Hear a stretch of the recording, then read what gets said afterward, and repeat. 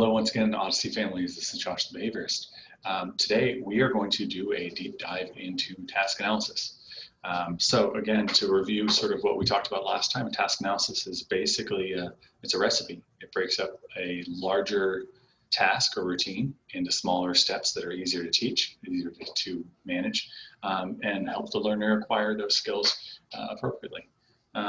It also provides team members, so if there's multiple folks that are helping out teaching the task, it helps them all to know where to focus the energy, what the target step within the whole routine is. Another thing is that it helps learners gradually acquire smaller steps and put it all together to that larger routine. So let's jump into it. I'm going to give you some examples. Start with this one. So this is a task analysis that actually was sent home for some of our classes wearing a mask, which is really timely right now. So what you see is there's all the steps on the left-hand side: place mask on service, pick up mask with left hand, all the way through. And then you have this, this box up here that's independent, I for independent, P for needed help, N for did not do or skip step, and the last one's for behavior. So that's a really bare bones way of identifying how successful the student was within each of these steps. So for example, if you were doing this and they did actually put the mask on the surface, place the mask on the surface, independently you'd write the I in there or whatever it would be for that, and all the way through. This is just a kind of a bare bones one. We'll kind of come back to these, but this is just what it might look like. I've actually, this is the second time I'm doing this video because I had some technical issues, but one thing that I noticed on here is that the switching hands, that might not be enough. It might not be detailed enough, or it might not be enough. You might want to break that up into multiple steps. So we'll talk about sort of what that might look like too later in the video. The next one that we're going to look at is washing hands. Again, it's the same data sort of technique, independent, needed help. So for washing hands, you've got use right hand to turn on water. One thing that you might want to notice is that if your learner is a left-hander, you might need to change a lot of these around. You know, if they're used to using their left hand as the dominant hand to turn things on or do the pump, you might need to switch this around. Just, you know, mark it for yourself. Just with an L, mark off the right. Again, you'd be writing what level of independence they had, whether independence needed help, or if they had a behavior, just skipped it. Let's see, so we go through all of that one. Then this one is choosing appropriate clothing, task analysis. If you have an in-home program or have had an in-home program in the past, this might be close to what you're seeing. The other one is pretty bare bones, and they're fine. They're all good. But this one might be a little bit more. This one, so choosing appropriate clothing to the weather. This might be close to what you're used to seeing with an ABA program. It's going to be a little bit more data driven. You might get more steps, but you're going to have the student check the weather. Sorry, I was just thinking that, you know, one of these things that you have to think about is that you might have to change sort of these depending on your household, depends on your learner. Checking the weather could be going to the window, but it also could be looking at an app. It could be looking at the app or looking at, maybe you put something up there. Maybe it's going to the TV. If you guys always have the TV on in the morning in the news, looking at the scroll at the bottom. Okay, is it going to be sunny? Is it going to be rainy? Is it going to be hot? What's it going to be? You can have that. Those can mean very different things depending on the student, depending on the environment. Then you go through all the steps again. We'll talk about prompts in a second here, but you have, instead of just having independent, needed help, skipped, or behavior, you have a bunch of different ones. We'll talk about prompts in a second, but you might have all those different steps. All that is going to give you a better understanding of where they're at. From the left-hand side over here where it says full physical prompt, that's hand over hand. You're going to want to move all the way over. Now, the one thing that I'm going to notice on this one is that there's a verbal prompt on the right side. Just a note, and I think I talked about this at some point, is that verbal prompts, you want to avoid them. I'll talk about them in a second. It's somewhere in here, I know that it is, but you really want to avoid it. But this is, again, this is what it might look like. I also have another one. Is it this one? That's that one. I'm actually missing it. I don't have it up, but it's a Let me see if I can actually bring it up. Oops.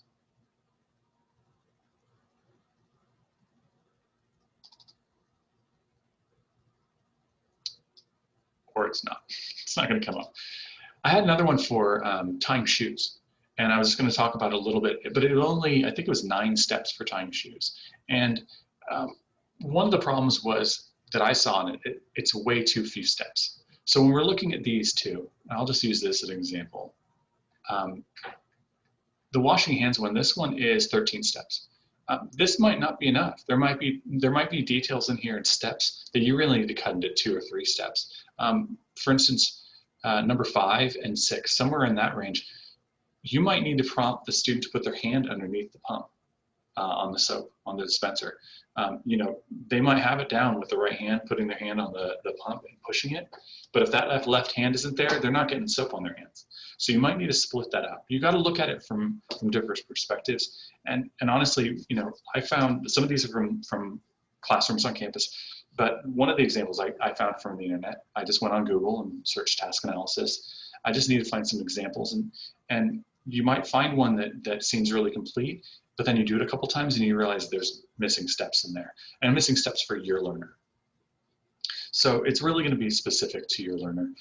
I use the tying shoes example because when I was a kid, I learned using the bunny ears, the 2 bunny ears, and you tie that knot. I never learned the 1 loop. I couldn't learn the 1 loop. It was too hard, fine motor wise. I couldn't handle it when I was a kid. So I didn't learn how to do that until I actually was an adult and working with children with autism. So you have to find a way that's going to make sense for your learner. And you might find if we send a TA home, or a task analysis home, and it's just not, it's not detailed enough, or it's skipping steps, or you realize there's some steps in there that are, it's 1 step for on the paper, but it's 5 steps in reality for your student, we might need to modify that and change it up a little bit, just for consistency's sake. Let's go to share. One thing, so we'll talk about this before we go on. So this just has data, space for data. So if you're collecting data every time, this is what you would do. You'd have all these data. I'm going to show you some other ones later that don't have data spots. Let's talk about prompts. And this is, we'll bring it down to this one because this has more prompts split up. But the purpose of prompts, and the purpose of this whole exercise of all these teaching is to get the learners to be independent. So we're going to go from the most intrusive prompts, and we want to fade ourselves out into where they're just completely independent. There might be things left behind. They're, like we're going to talk about visuals. There might be things left behind that they can reference, but we don't need to be there. And one of the things that I want to really mention is vocal prompts. When there's a vocal prompt, and what I mean is you're telling them, like if you're brushing teeth, okay, remember to move it, and you're actually saying it. You're not just pointing to it. You're saying, okay, switch sides, turn your brush around, keep brushing, 1, 2, 3, 4, 5, all that talking, all that stuff. That's all us being there. That's all us being present. What we really want to look for is opportunities for us to remove ourselves to where the student is the only one there and they're performing as many steps as possible independently. And that might take a while, but if you're providing vocal prompts and that student is relying on those vocal prompts, then we still have to be there. You still have to stand there and give the vocal prompts to get them through this. What we want to do is teach these tasks to where they're independent from the beginning to end. And we might have a visual, we might have other little things that we can set up, but in general, we want the student to be on their own. So we really want that independence. We also might, there might be another thing that we might end up doing is setting up materials ahead of time. So especially like a longer routine of like a dressing routine where they're taking off all their clothes and putting on all new fresh clothes, you might need to set up the clothes. And that's acceptable because if you're targeting them getting undressed and dressed, selecting clothes isn't part of it.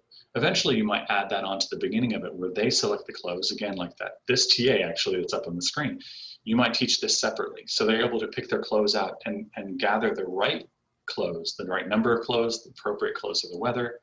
You might put TAs together, and that's really what you might end up doing, and we really should all be doing is focusing on, we start taking chunks. We start doing this part, choosing the clothing appropriately. Then we have the next one is getting undressed. That might be its own TA.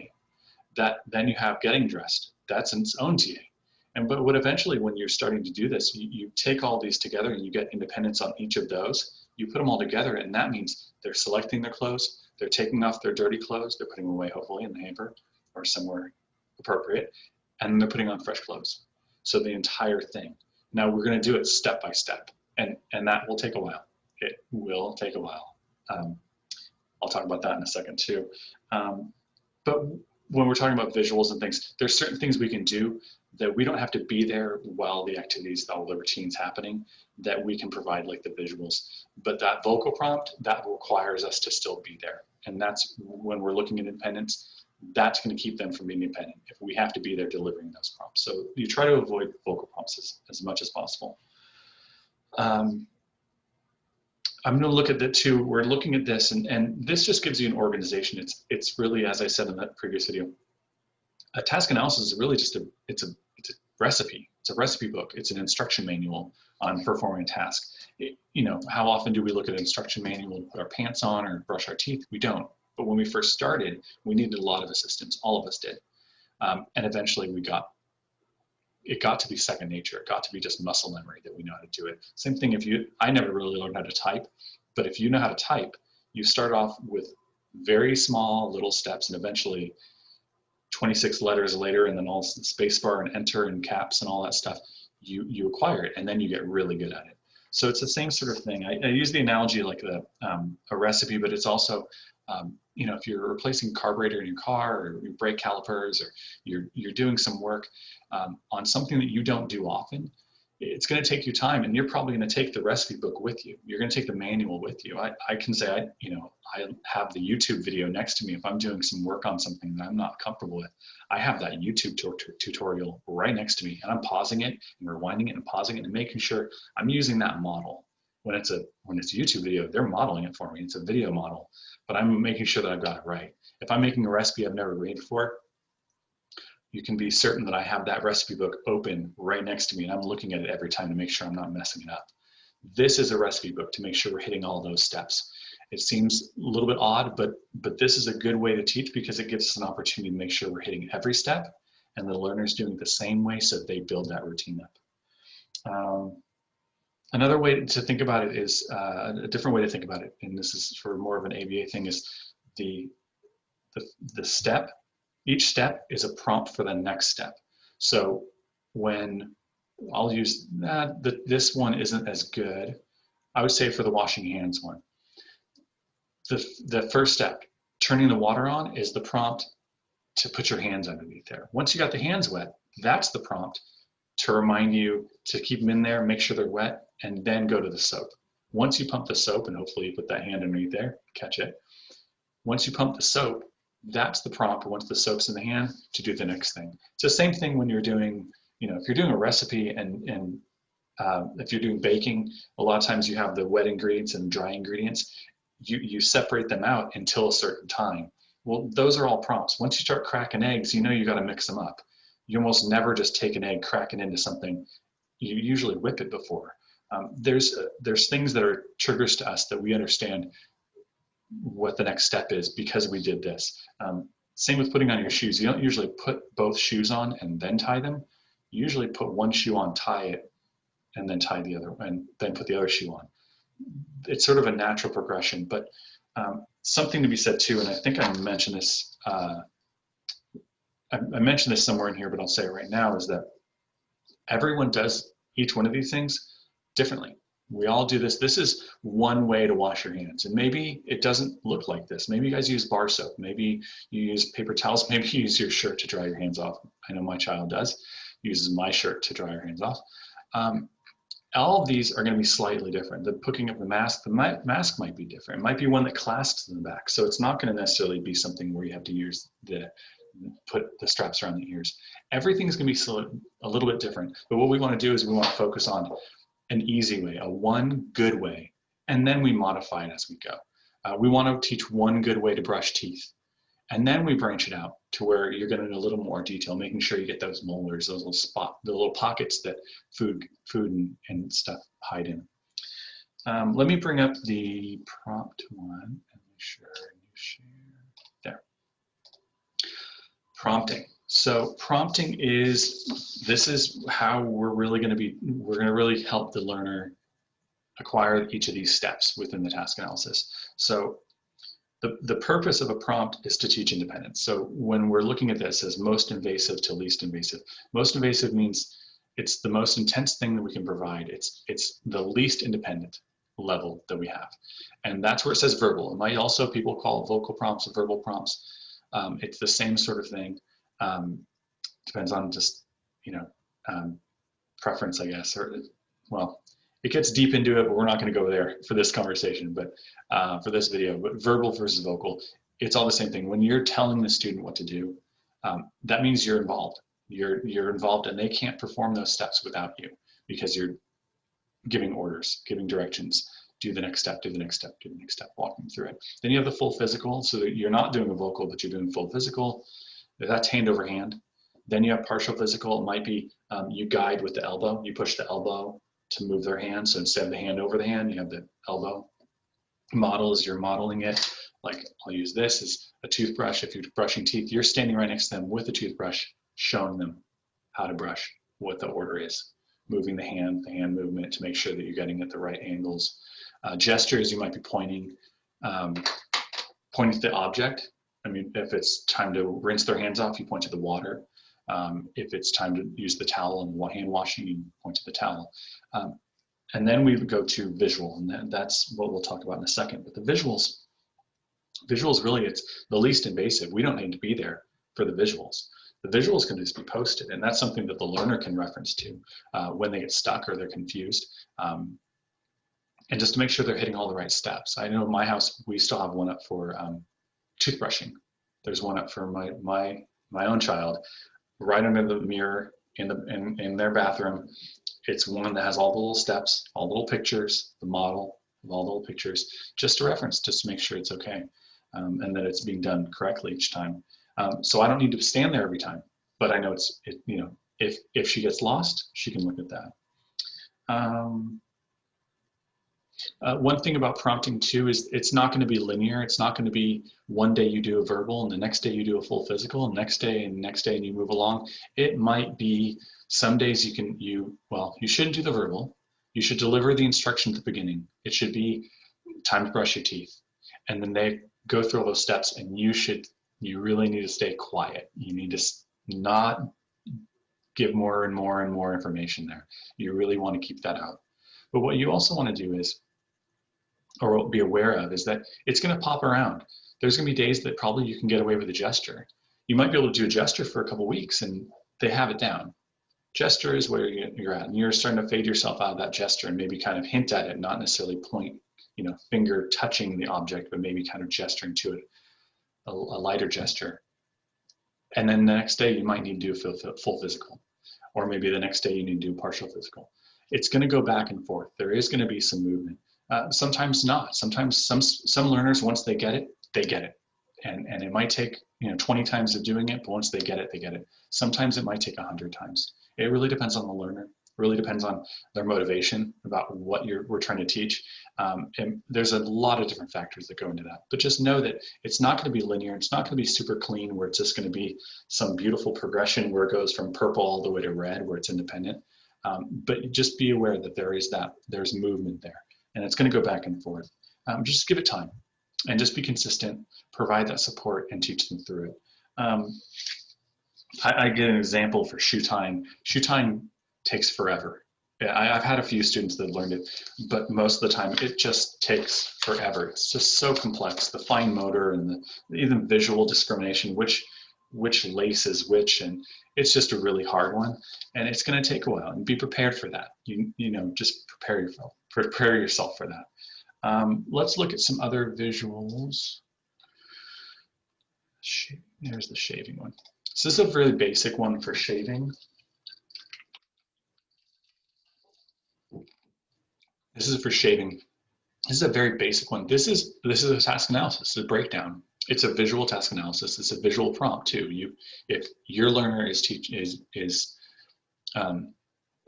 if we're targeting shaving, we might cut this out and put it right next to on the mirror and below the mirror, laminate it, put it on the wall, wherever it might be, even to the side, and you bring it out when it's time. There's not place for data on this. You can't really write hash marks. I mean, you could, but it would get pretty messy right away. But in looking at this, there might be some of these that don't quite make sense. The steps might not be exactly right. I would say for me, as an individual, I do not use aftershave because it stings. It typically hurts. Even stuff that's not supposed to sting, it hurts. So that step, especially for our population, that might be something you skip. You just cut that thing right out. But this is something you can post. And when you're going through this and we talk to the prompt hierarchy, you might start with some of these, the shave down, the shaving, I would probably do hand over hand. At least at first, I would do hand over hand to make sure they understand the pressure that they need to put on there, and getting it up and making sure they're not pushing too hard, especially in this area where anywhere there's sensitive skin around the lips. You want to make sure that they're just using gentle pressure, make sure you have plenty of shaving cream, and warm your face up, get a hot towel beforehand. But you really have to know what the learner is going to be able to tolerate and what their skill set is. But what you want to consider is full physical to begin with. And then as you fade it out, this might be, if you posted this, as you're getting down to that gesture prompt, rather than pointing to the shaving, the razor or the water or the towel, whatever it might be, you might just gesture to this. If this is posted, you can gesture to this rather than, it's even a little bit less invasive because you're teaching them to use the support. You're teaching them to use the recipe. The recipe's there. It's modeled right there. Another thing, this is using kind of clip art, but you might also want to take pictures of your learner doing the actual task. So if it's shaving, you might want to show them doing the shaving on their own, whatever it might be, whatever the steps are. So then there's a little bit more engagement there. Sometimes that really helps for some learners. Let's find the other one. Okay, I don't have the other one up. Let me get that one up.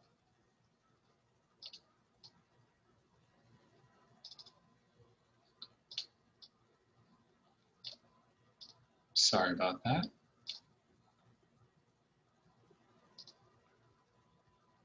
There it is. Okay, so it looks like it's, I'll make sure that's working. Okay, combing my hair. So combing hair. This is not a good one for me to model, but this one, it's a bigger one. It's 4 pages, but you might want to take it down and you might want to get it again, shrink it down to 1 page, just like the shaving one. But what you might want to look at is, that it's showing all the steps, showing the comb in the hand, combing hair to get the tangles out, pick up the hair product. If you use hair product, if you don't, that's a step that you can just take out of there. This one, again, this might be 2 or 3 steps. This might be way too much product. For longer hair, this might be detangler rather than doing a product, a styling product. It's going to really be depending on the student and the length of their hair and what they're able to tolerate. Putting the product on the hair, comb product into the hair. You might want to put in here 5 times. 5 times forward, 5 times back, 5 times the side. Whatever is going to make sense for their hairstyle, for the hair length and their comfort level. Then wash hands afterward, especially if you're using product, and then you put everything away. Again, you could take these pictures and you could take pictures of them actually performing the steps.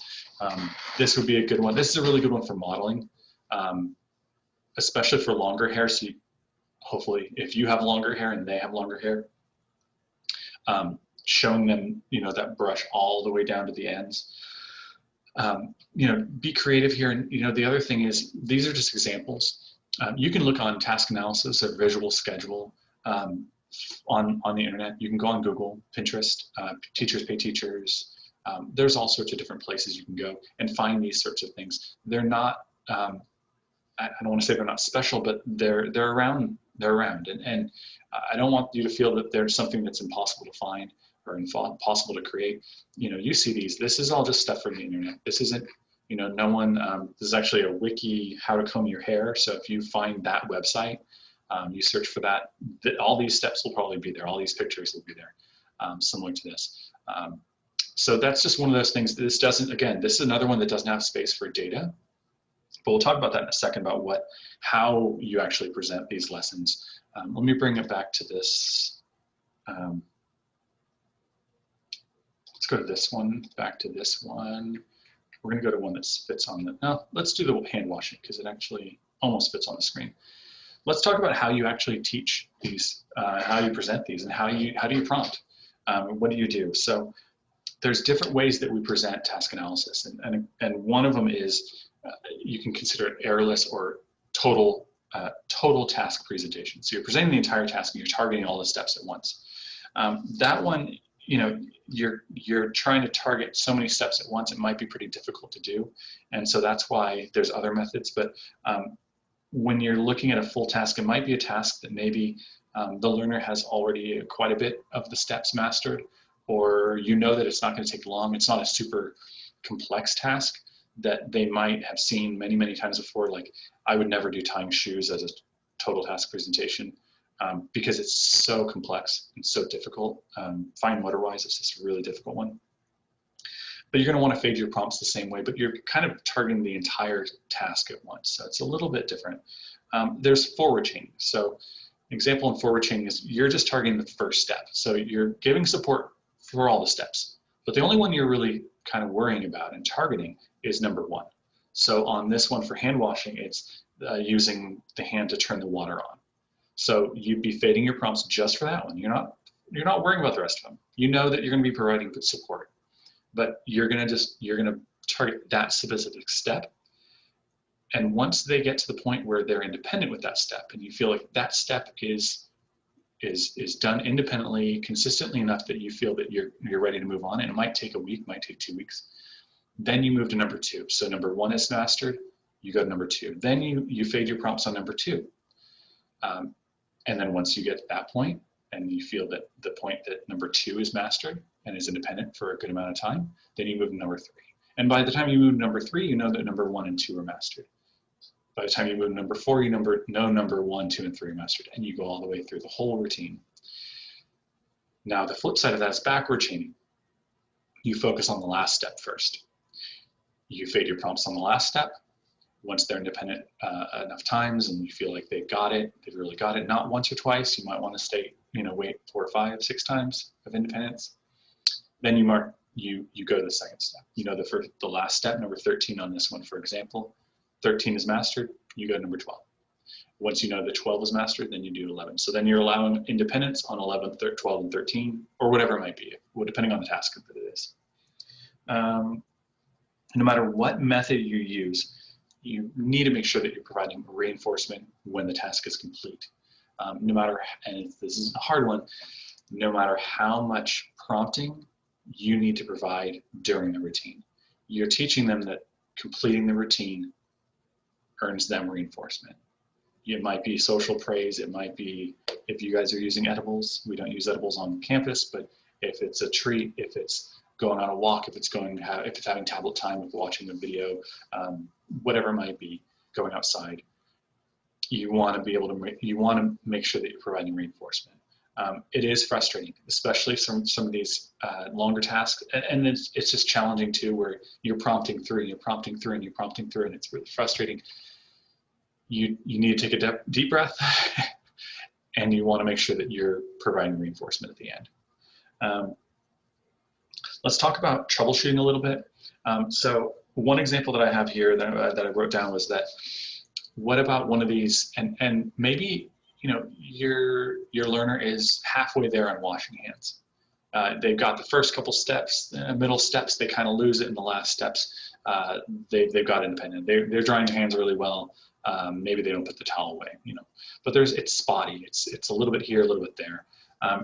You might not want to do a forward chain or backward chain, but just think of it, if there's one step in here or a chain of 3 steps that is really tough, think about that one and target those separately. And not separately like you're only going to do those steps, but think about those a little bit differently. And one of the examples I gave was that I always think about is putting a shirt on. A lot of our learners, they might be able to put a shirt on, a normal collared shirt, or not collared, yeah, collared shirt. They'll get the shirt through, arms through the sleeves, pull it down, perfect. But it's backwards every time, or 50% of the time. You have to think about different ways that you can maybe set them up for success, maybe put the shirt a different way. It's really hard, especially with most kids' shirts and even adult shirts, they're tagless, so you can't necessarily say, well, look for the tag has to go on the back. A lot of logos too, it used to be the logos were usually on the front, and then usually some of them were on the back, some of them are on the sides now they're all over the place, so you can't go off of that. But you want to think about different ways that you can teach them a little bit of discrimination there on that one, discrimination, to figure out a way for them to be more successful. You know, if that's the last step in the entire chain, they've got the entire thing down, it's just that orientation of the shirt, making sure it's the right way. Underwear is another hard one. Think of different ways that you can do that. And we can talk about that, teachers, and we can give you some ideas about how you can do that. Another one is too much toothpaste or too little toothpaste, too much soap, not enough soap. That would be a good one, especially if they have all the other steps and that's the only one they're making an error on. That might be a good one for visuals, and putting a little visual up of what it should look like. This is how much toothpaste should be on there, not a dollar bill sized swab. Toothpaste needs to be a pea sized. It's good on these with this one actually. It says like the pump soap 4 times. Your pump might be 1 pump and you're good. It might be 2. If the foaming soap, usually 1 is pretty good. It puts out a lot of good foam on that. But maybe you guys have a bar soap, so that's totally invalid for your household. It just depends on what you guys have. But you might want to just tweak it to get that success there. One example that actually came up with one of our meetings recently about one of our students and was concerned with parents was that student was feeding the family dog. And the student had pretty much all the steps were mastered, except one. And it was, they would open the food container, they'd grab the cup, scoop it, drop it into the dog's bowl, and put it back. The problem was the quantity of food. The student wasn't getting enough food. They were getting like 1 or 2 nibbles or 3 nibbles on the bottom of the cup when it should be a full cup. So the poor pup was not getting enough food. That might be one of those that you would maybe put a visual of what a full cup of kibble looks like, to make sure that that's the step. Or you might too, if we think about the prompting hierarchy, you might want to hop in and do a quick hand over hand, make sure it's on there, or put in another step to where scoop it and then pat it, so then the learner knows that once, I don't have a cup next to me, I don't have a good cup, but that they pat it to make sure they're touching it, or touch it. Can you touch it? Because if it's a cup that's this deep and they can't touch the food, that means there's not enough food there. They should be able to touch it. And we're not going to say, oh, you have to do it within an inch, but that'll give them something else to reference. So that when we're not there, they can either reference the visual, or now they have the reminder of, I need to check it to make sure I can touch the food, because I shouldn't have to put my whole hand in it to get to the food. Again, another way to do it is, if you have a long routine and maybe 1 or 2 steps, you might want to break that out and split those steps into a mini TA of sorts, split up into multiple steps. So like I would say the pump soap, that 4, 5, I'd say the 5 and 6, 4, 5, and 6 maybe. You might want to split those up into 4 or 5 different steps. One of those might become 3 steps. The pushing down with right hand and pumping the soap, that might be a couple different steps. You might want to break it into where they push it down and push down again, and then the rubbing. I would say the rubbing hands too. They always say you're supposed to do the backs of the hands, between the fingers. You've got to get all of those done. So that's another one that you might want to just think about troubleshooting. And we're always available. And please, and I know that I've said this on other videos, ask questions. Let your teachers know, because then if I make another one of these videos for task analysis, I'll include your question, because I know there's probably a parent out there that has the same question. And so might as well, share and share a link. So, okay, so as a review, and I don't have a script, I'm going to bring the other stuff up. I'm going to bring prompting up, but just remember, a task analysis is basically a recipe. It's a recipe to take a really complex skill for our learners to acquire, and we're breaking it down to steps that are a little bit easier and easier to learn, and gives us a way to keep track of which where they need help, and which steps are they having trouble on. So remember to select your target step and focus on that one. Don't get too ahead of yourself. Don't get upset when we start going backwards and you feel like it's not working. Stay the course, relax, set yourself up for success, set your student up for success. Make sure it's the right time of day, make sure it makes sense. Avoid those vocal prompts, and then provide assistance through all the steps, and remember to provide reinforcement at the end. Always provide reinforcement at the end. We don't want them to learn that finishing that task is a good thing. I guess that's all. If you have questions, please contact your teachers, and I will see you guys next time. All right, thanks.